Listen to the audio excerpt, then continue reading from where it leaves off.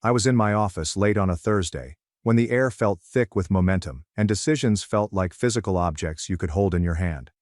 The document arrived in a password-protected folder with a generic subject line, just another piece of paper in a stack.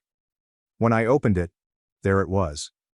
Ben Keller, Director of Product Development, reporting directly to me. I stared at that box for a long time, not smiling, not gloating, just still. It was surreal.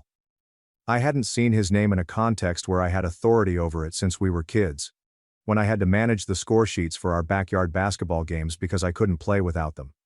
I kept score again, but this time the game wasn't pretend and the points were real.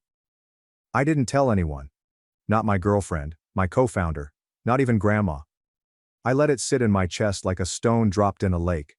Ripples spreading quietly outward. Gloating implies you need the wind to validate yourself. I wasn't prepared for Easter. I should have been. I should have seen it coming when Grandma asked what I'd been working on lately and I gave her a vague answer about acquisitions. She saw through it instantly as she always did, but I didn't think she'd drop the bomb at dinner.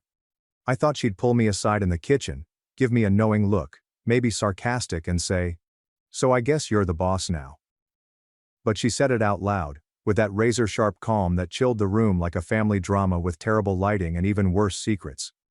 After the tension, silence, and Ben's attempt to spin it, which I answered with a single sentence, he waited until dessert was cleared to corner me, pulled me aside with a firm hand on my arm to make a point, and led me out onto the back deck like we were having a heart-to-heart instead of a showdown.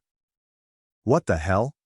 he snarled, his voice harsh and low and full of something that wasn't quite anger but damn close to panic. "You couldn't just let it go." I looked at him, really looked at him, and saw it for the first time. He wasn't mad that I beat him. He was scared because I wasn't playing the game anymore. I'd rewritten the rules and he didn't even know what page we were on. Worse, he still thought it was salvageable. He thought he could talk his way out.